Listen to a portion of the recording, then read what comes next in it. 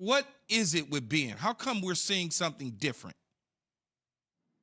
I think as we spoke back a few months ago, he's an aging quarterback at the back end of his career, um, and but the big difference is, he's had the same center for how many years Pouncey was there. He's had a lot of the same coaches. Now all of a sudden you got a new offensive line coach. You got all new guys in front of you, specifically a center, and I just don't know that he trusts them yet. It doesn't mean they're not going to continue to get better and grow.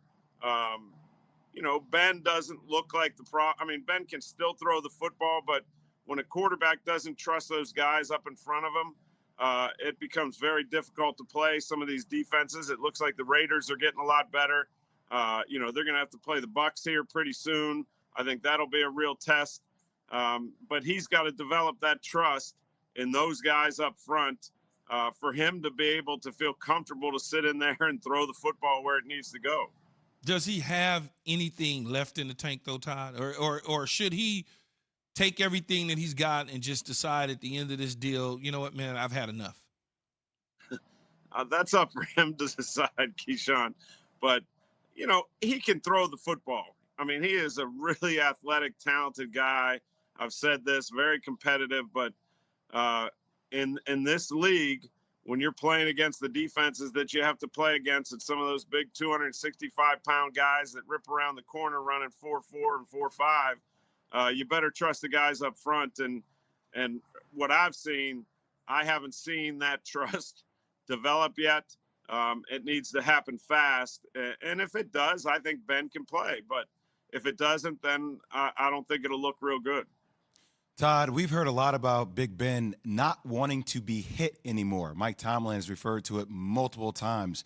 When I say that to you, how much truth do you find in that? Well, I don't think anybody likes to get hit. I mean, unless you're a hockey player, then basketball players definitely don't like to get hit. Yeah, definitely not, Todd. You're right.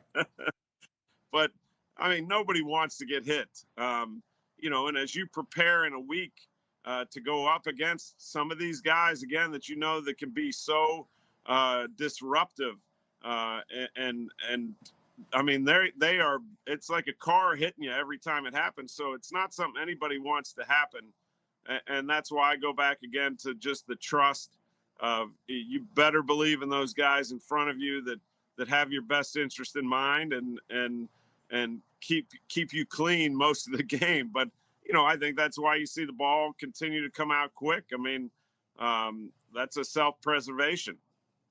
Todd, where would you rank the Steelers in the AFC? In the AFC, not the North.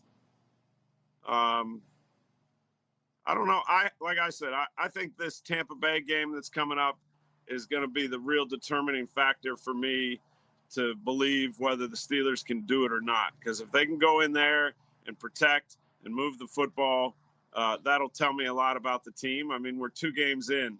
I'm not big into ranking, because so many different things can happen. But I need to see that trust develop pretty quick. I said it before the season started. You got a new offensive line coach who's never really done it at this level, and you got a lot of new guys in addition to a new center.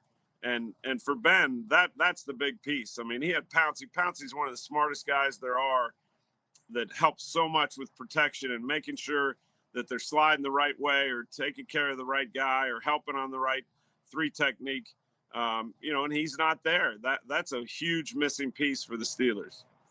Todd, the Chiefs, another one of your former stops as a head coach, obviously.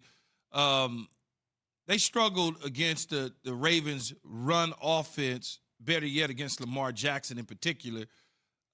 What's wrong, if anything at all, with Kansas City's defense right now, and does that concern you as they move into the season deeper? Well, they played 2 really good teams. Lamar is unbelievable. I mean, I cannot get enough of watching Lamar and just how dynamic and explosive, quick, fast, everything that he does. I mean, he's really unbelievable, and they've run the football really, really good.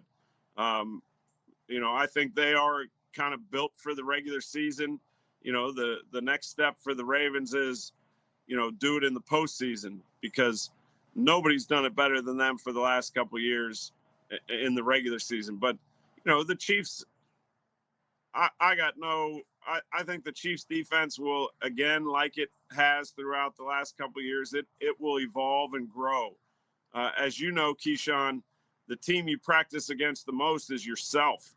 So every single day they're going against Patrick Mahomes and Kelsey and Tyreek Hill. And that can't be a great confidence builder when every single day, every training camp practice, you got guys running up and down the field on you, but it kind of develops your identity, but it definitely can hurt your confidence if one or the other is really good. I mean, I've been on teams where our defense, with the Bears, we're going against Brian Urlacher and those guys every single day. I mean, and it was very hard to build confidence. So I got to believe for the Chiefs, there's a little lack of confidence just because they've been beat up by their own offense for the last 2 or 3 months. But, Tyrann Mathieu, there's a lot to like. I just think it's got to be an evolution and growth, and they got to work together. They move some pieces around up front.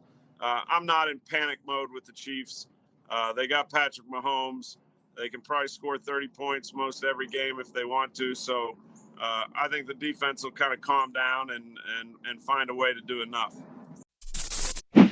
Thanks for watching ESPN on YouTube. For live streaming sports and premium content, subscribe to ESPN Plus right now.